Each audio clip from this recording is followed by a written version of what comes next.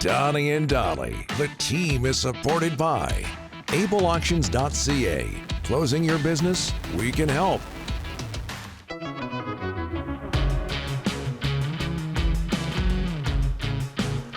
It is Tuesday, and all of our guests today brought to you by our friends at Delaney's OK Tire in Langley. In business for over 20 years, OK Tire is Canadian-owned and operated from coast to coast. Visit them at 19863 Fraser Highway in Langley. As we talked about in our first segment and our second segment as well, an article written by Gary Mason, our friend, in the Globe and Mail, dropped today. It's entitled Canucks Team President says no good solution in rift between Elias Pettersson and J.T. Miller. Of course, that Canucks team president would be Jim Rutherford. Gary talked to him, and Gary joins us now. Gary, thanks for doing this, sir. Long time no talk to. How are you? I'm good, guys. How you guys doing? Good. You know what? Shame on you. We thought we were going to have a pleasant morning talking about 2 straight Canuck wins, and then you go and drop this article. How do you feel he came across? How do you feel Jim Rutherford came across in this article, Gary? I think he came across as pretty honest and transparent about the situation. I don't know why he, chose me to talk about the subject with or open up about, but I think it had been dragging on long enough that everybody knew kind of what the situation was, but nobody really knew. Nobody from management had really addressed it in a real honest and transparent way.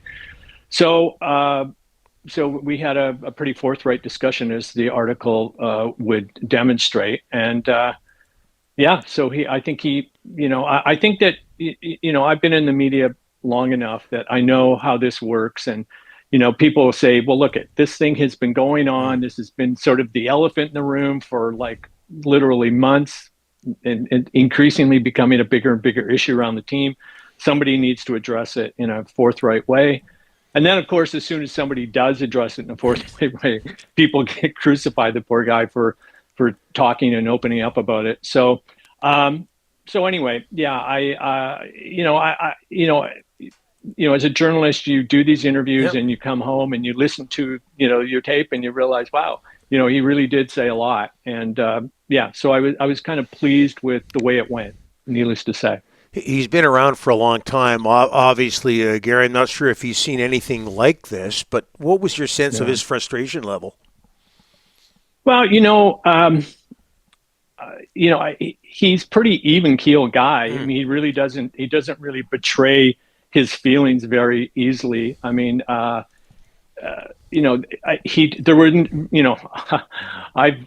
dealt with a lot of, Canucks GMs over the years, and some of them were, just wild. I think of screaming matches that I've had with Brian Burke in the bowels of, then GM Place. And, Jim is just the opposite of that. He's pretty, taciturn. He's pretty even-keeled.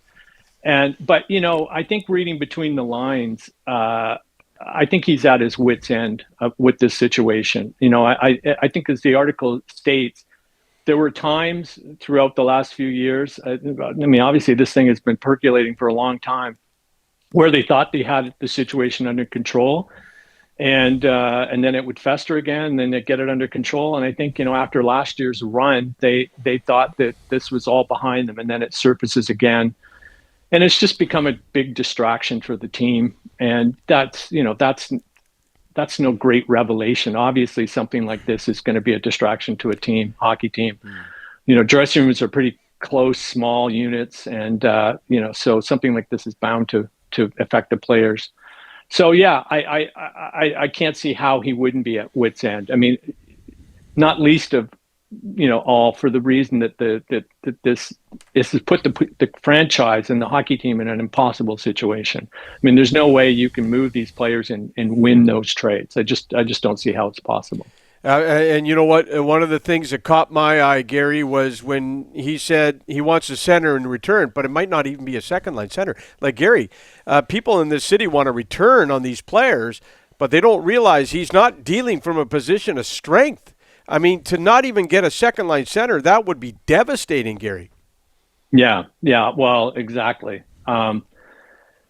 maybe he's keeping expectations low. Yeah. So when he does land somebody, people will think, well, that's more than they thought the team was going to get. But Rick, this league as well as anybody.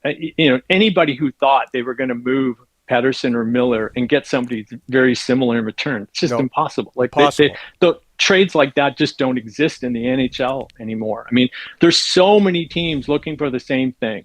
And guys like Miller and Pettersson, those are, is quote unquote damaged as they might be in terms of the publicity that surrounds them right now.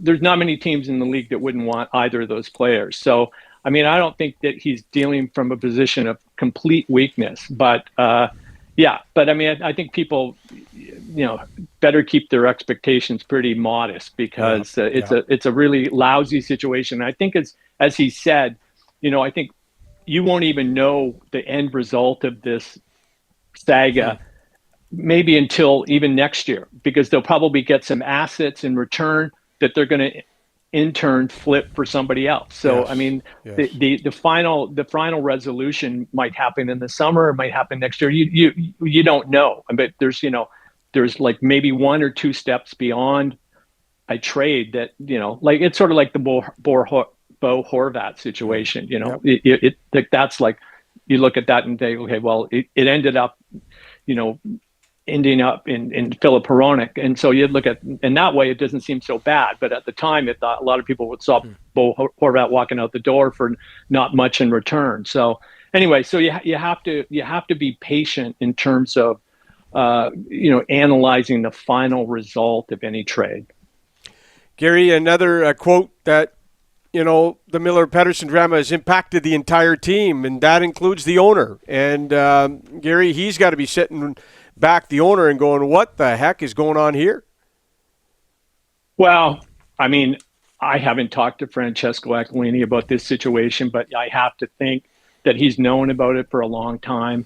I mean, any president of hockey operations or any GM would keep the owner, praised of the situation. So I'm sure Francesco is as frustrated and upset about this as anybody. I mean, he saw a team on the rise last year. Yep. He saw a team that everybody in the league was talking about last year. He saw a team that started this season, in many people's minds, had a shot to sort of make it, if not the conference finals, all the way to the Stanley Cup. So, and then to have this happen and to have the franchise gutted in this way, it's brutal. I mean, I can't imagine how he's feeling, to be honest with you.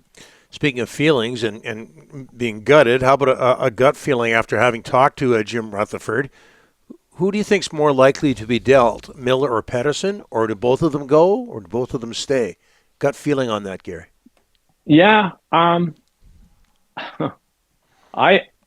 guess my gut feeling right now would be both of them would be gone. But having said that, Donnie, what if this team goes on a run? I mean, I also put that to Jim. And I said, well, what if this team, all of a sudden starts winning hockey games? I mean, they just won 2 in a row. There's kind of a good feeling around the team. And he said, well, that would be great. I mean, they take they're constantly evaluating, the team, the temperature of the team, how the team is doing vis-a-vis any trades.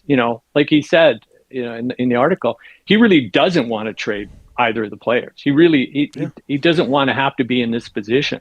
So, I mean, if the team could sort of, get out of its own way, I mean, if the two players could sort of put this thing behind them miraculously, I mean, maybe this thing will, I don't know. I really don't know what kind of an effect it would have on the team. Maybe it will force the two players to look a little more deeply into themselves and realize what they're doing to the franchise and feel maybe a little bit badly about this, because I don't think this is, I don't think this is on Jim Rutherford, not by a long shot. He's tried to make this work. Him and Patrick Allvin have tried to find solutions to this problem. I mean, that was one thing that was entirely clear to me. They have racked their brains. They talk to the players. They have coaches talking to the player.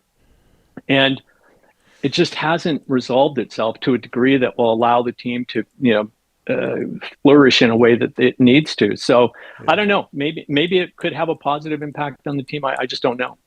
And Gary, before we let you go, it wasn't in the article, but did you get the sense there was one particular incident or several incidents between these two players that sparked all of this?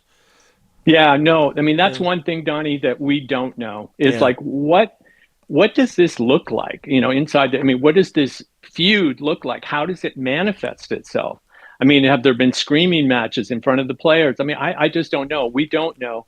And that's one thing, I think that Rutherford, would draw the line at. They don't, nobody talks about, that's sort of like sacred territory, sacred ground, what happens inside the dressing room. So he wouldn't give me any indication of what that was or what it looked like. But it's almost irrelevant anyway. Yeah. We know that there's a problem and it's been festering and it's affecting other players in the dressing room. Really, at the end of the day, that's all that really matters. You have to trust the judgment of somebody like Jim Rutherford and Patrick Allvin to know, and Rick Tocchet for that matter too, to know that a problem is become almost insurmountable, and that it's kind of hurting the team more generally. Yeah, you say irrelevant, but if there was a big incident, wouldn't you like to be a fly in the wall that day?